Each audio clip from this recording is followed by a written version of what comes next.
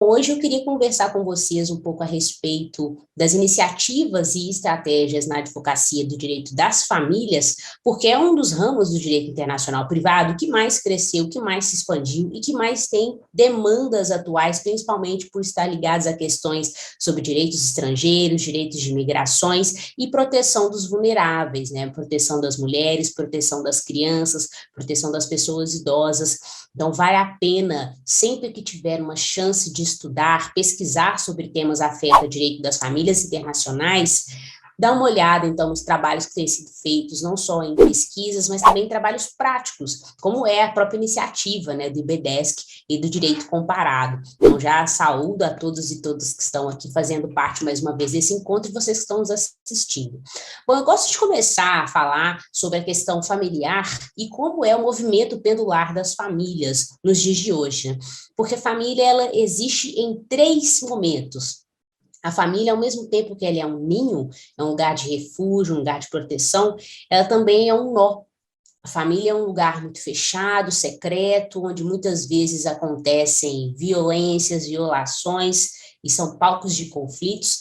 E também a família é laço, né? São vínculos, muitos vínculos sanguíneos, vínculos que não são sanguíneos, vínculos temporários e vínculos que são duradouros. Então, esse movimento pendular da família, que ao mesmo tempo em tempos passados, ele era um tempo mais clássico, mais fechado, e famílias muito mais definidas previamente do que o Estado encontrava como condição de família, hoje é muito mais dinâmico.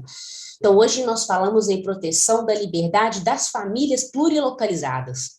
Então, nós precisamos adotar mecanismos e preencher as questões das lacunas afetas ao contexto de plurilocalidades, né, e de elementos de conexão no direito internacional privado, sobre aspectos de proteção da migração, na mobilidade e principalmente na tolerância com o direito estrangeiro. Então, nós temos obras do professor Jacob Dollinger justamente sobre isso, né? O direito da tolerância, que é tolerar a aplicação do direito estrangeiro em território nacional, porque muitas vezes esse direito estrangeiro é que melhor vai garantir direitos aos vulneráveis, às minorias e em todas as famílias no contexto geral.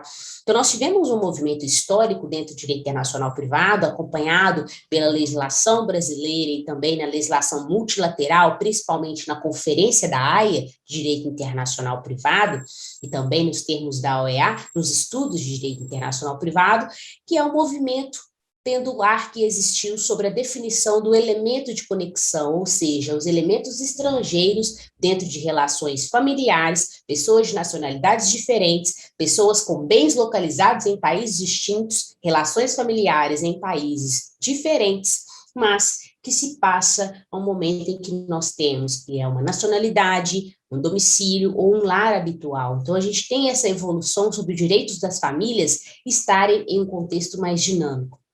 A definição de elementos de conexão, principalmente dentro das convenções da Haia, é a definição de que o lar habitual, ou seja, onde as famílias exercem suas atividades escolares, sociais, laborais, é o direito responsável e competente para definir as garantias familiares.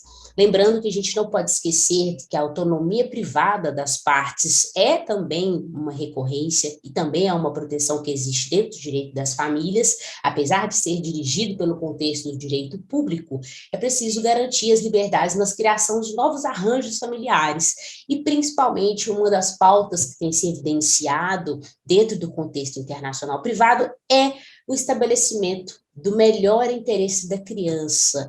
Então, na aplicação do direito estrangeiro, na aplicação do direito de tolerância sobre legislações distintas, é preciso verificar qual daquelas, se envolver uma relação familiar com a criança, seja melhor para que o seu interesse torne-se mais protegido. Então, a gente tem essas mudanças dentro do contexto de direito internacional privado, né, que é um dos primeiros contextos de direito que foram tratados em contextos multilaterais, né, as relações privadas foram as primeiras a entrarem em contextos de tratados, então nós estamos falando de temas seculares. E eu gostaria de começar falando sobre estratégias em 5 pontos principais da advocacia internacionalista: a subtração internacional de crianças, a questão de prestação de alimentos, a questão da guarda, a filiação, o reconhecimento de filiação, paternidade, e, por fim, vou falar um pouco sobre a adoção internacional. São temas recorrentes são temas dos principais que a gente vê, né, dentro do contexto do direito internacional privado. Eu gostaria de dar algumas dicas para vocês que estão advogando nessa área, que gostariam de advogar nessa área, que é a área que eu atuo. E eu começo falando sobre a subtração internacional de crianças, tendo a difícil missão de falar depois da doutora Maíra Maltz, que falou muito bem sobre a subtração internacional de crianças no contexto de gênero, né, sobre a questão das exceções ao retorno imediato. Então, eu gostaria de falar sobre essa advocacia e subtração internacional de crianças. Primeiramente, o que a gente faz nesse momento da triagem para esses casos é encontrar quais são os instrumentos de cooperação internacional que estão envolvidos. Nós vamos falar de um caso onde os países envolvidos, ou seja, o país para onde a criança foi levada, o país onde a criança está retida e o país onde ficou o parente deixado para trás, são países que estão dentro do contexto da Convenção Interamericana sobre subtração de crianças, ou na Convenção da Haia, também sobre subtração internacional de crianças. Então, esse é o primeiro ponto.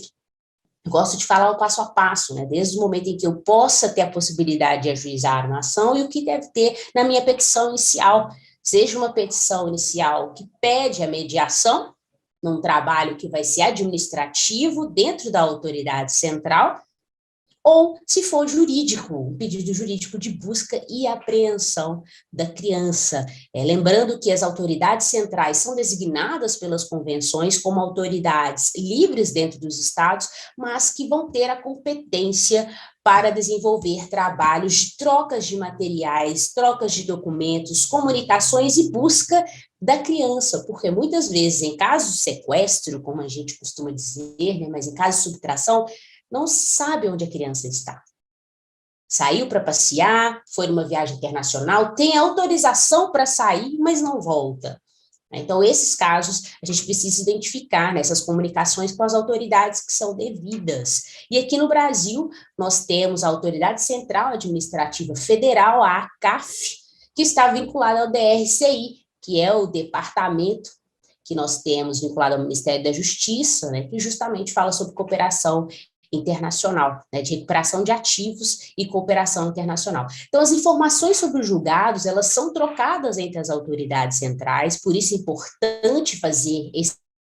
No Brasil, cada vez mais tem se tornado mais dinâmico o contato, é online, são preenchidos formulários online e por e-mail se iniciam essas ações, esses contatos, principalmente os administrativos, lembrando que a autoridade central, ela faz a comunicação com a AGU, a Advocacia Geral da União, que no Brasil pode ser parte que vai iniciar e provocar o Poder Judiciário. Ou seja, muitas vezes, se você não tiver o auxílio de advogado, não tiver condições de prestação de advogado privado, a AGU ela pode participar também como assistente nesses casos, também como própria parte interessada na questão de representar a União, por ser um tema de compromisso internacional do Brasil. Então, a Justiça Federal é competente para atuar nesses casos. Então, a primeira situação é verificar os países para que possamos fazer, então, esse filtro. Depois de verificar o filtro, o elemento base e chave dessas questões é saber onde é o lar habitual desta criança,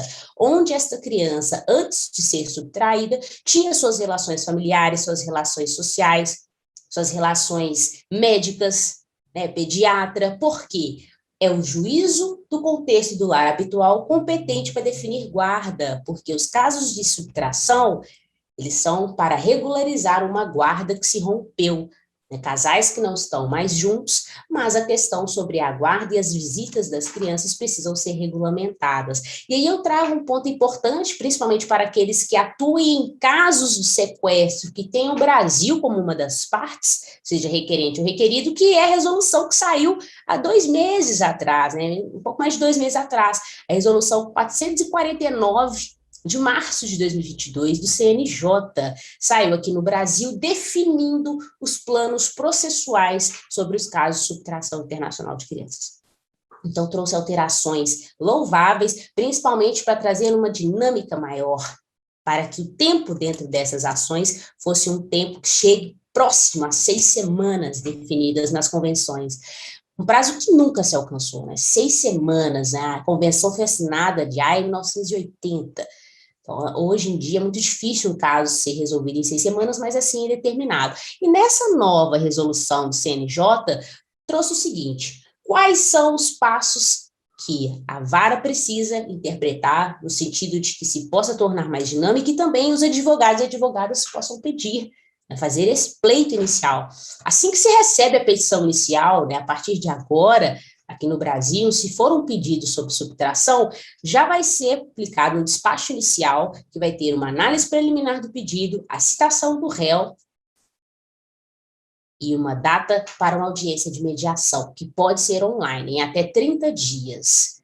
E também vai ser determinada a produção de provas. Então, veja bem, nesse primeiro despacho, como se fosse um despacho inicial, já vai ser tomadas muitas medidas que nós não tínhamos em processos anteriores. Uma medida para tornar mais dinâmico e célere os processos sobre subtração. E também, no caso da contestação, tem uma inovação.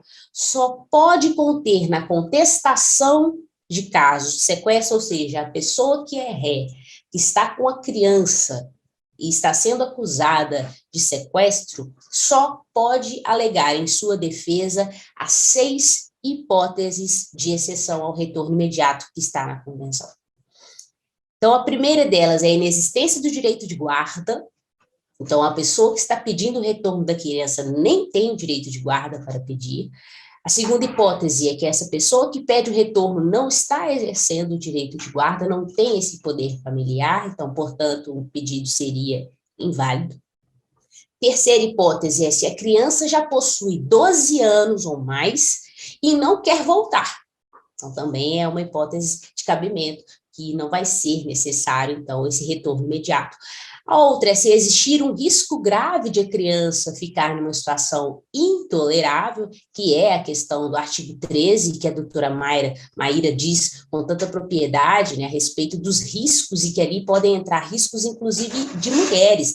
E aí, eu só queria comentar sobre a fala da professora Maíra, que eu achei sensacional, que existem decisões do TRF1 que fazem respaldo para que a violência doméstica contra a mulher seja considerada como, sim, uma exceção e entre nesse artigo 13 sobre a existência de risco grave. Eu já atuei em casos em que nós conseguimos essa questão da proteção da mulher de violência entrando como hipótese de exceção, mas tem sido um trabalho hercúleo, um trabalho de molde de jurisprudência e formação do entendimento, porque, de fato, na interpretação fria da lei, não tem sido esse o caminho majoritário. E também indico o livro da professora Natália Camba Martins, que é da AGU, que foi presidente da Autoridade Central Administrativa Federal, que é o livro dela, é também sobre a defesa, sobre essa exceção ser uma exceção de proteção às mulheres. Também vale a pena, então, conferir a tese dela pelo Centro Universitário de Brasília sobre esse tema, violência contra a mulher como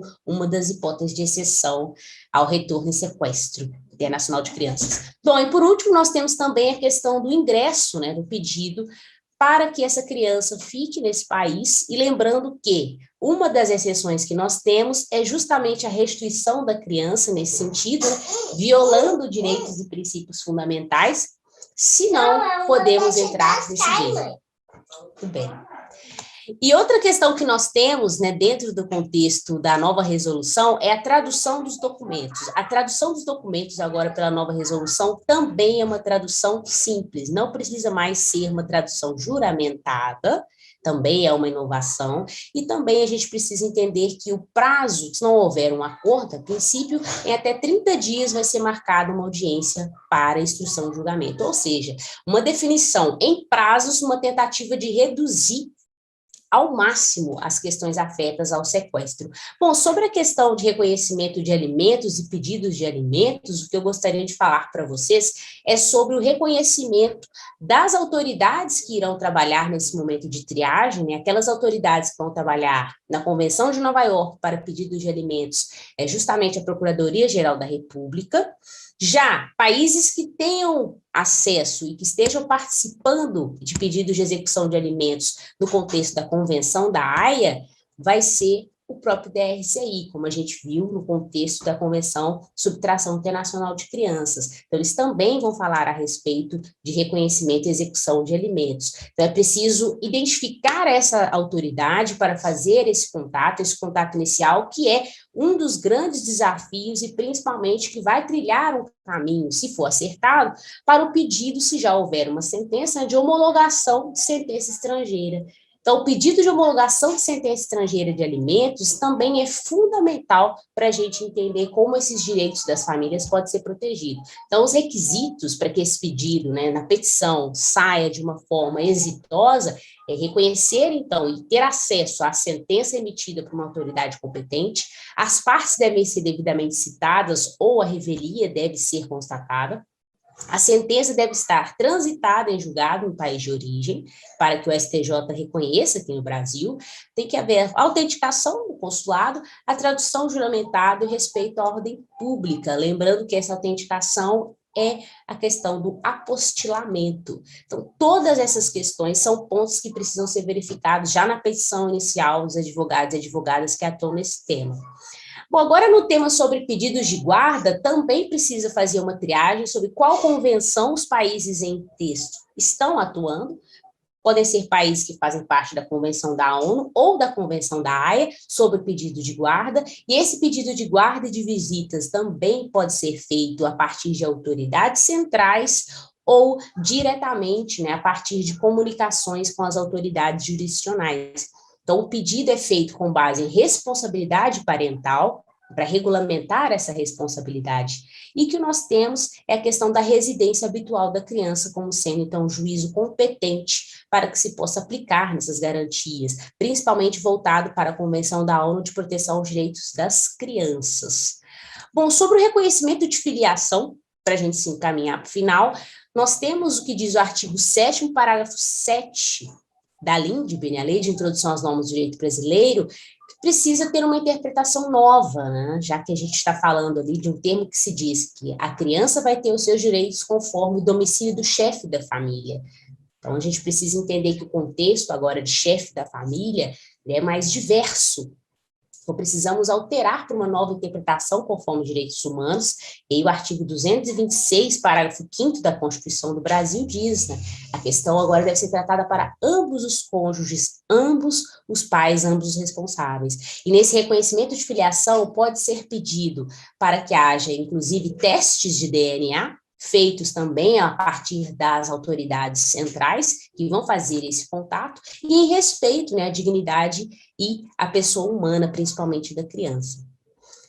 Bom, para fechar, vamos falar sobre a adoção internacional, que também é um instituto, dentro das ações que a gente trabalha em direito internacional das famílias, que parece que precisa cada vez mais se expandir no sentido de trazer uma interpretação voltada para os direitos humanos, porque cada vez mais tem se tornado dinâmico. Aqui no Brasil, há uma necessidade de esgotamento ainda interno da possibilidade de manutenção da criança para depois essa criança, então, poder se abrir para as comunicações internacionais e a comunidade internacional poder fazer essas relações, esses contatos. Mas tem sido cada vez mais um facilitador entre a aproximação de adotante e adotado, já que nós temos, né, o Brasil fazendo parte da Convenção da Haia em matéria de adoção, de 1993.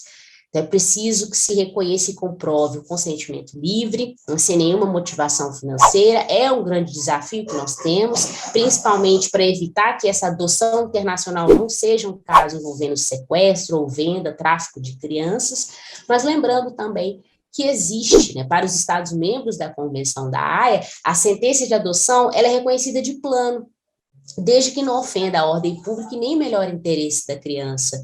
Então, a habilitação das partes que queiram participar de uma adoção internacional é feita no local da sua própria residência, que fará contato, então, com as autoridades internacionais na busca por esta nova família que irá se formar, né, em termos de adoção. Então, esses são os pontos que eu trouxe para vocês de forma geral, mas alguns, inclusive, novos com relação à resolução do CNJ, mas para que vocês possam cada vez mais buscar e saber que os desafios dentro do direito internacional privado das famílias, eles são extensos, mas ao mesmo tempo em que todo o trabalho que nós possamos fazer para melhorar tem que ser feito dentro de cada uma das nossas competências, né? Porque o direito das famílias ele está sendo construído, e o direito internacional das famílias é um dos que mais dinâmico se torna a cada dia que passa.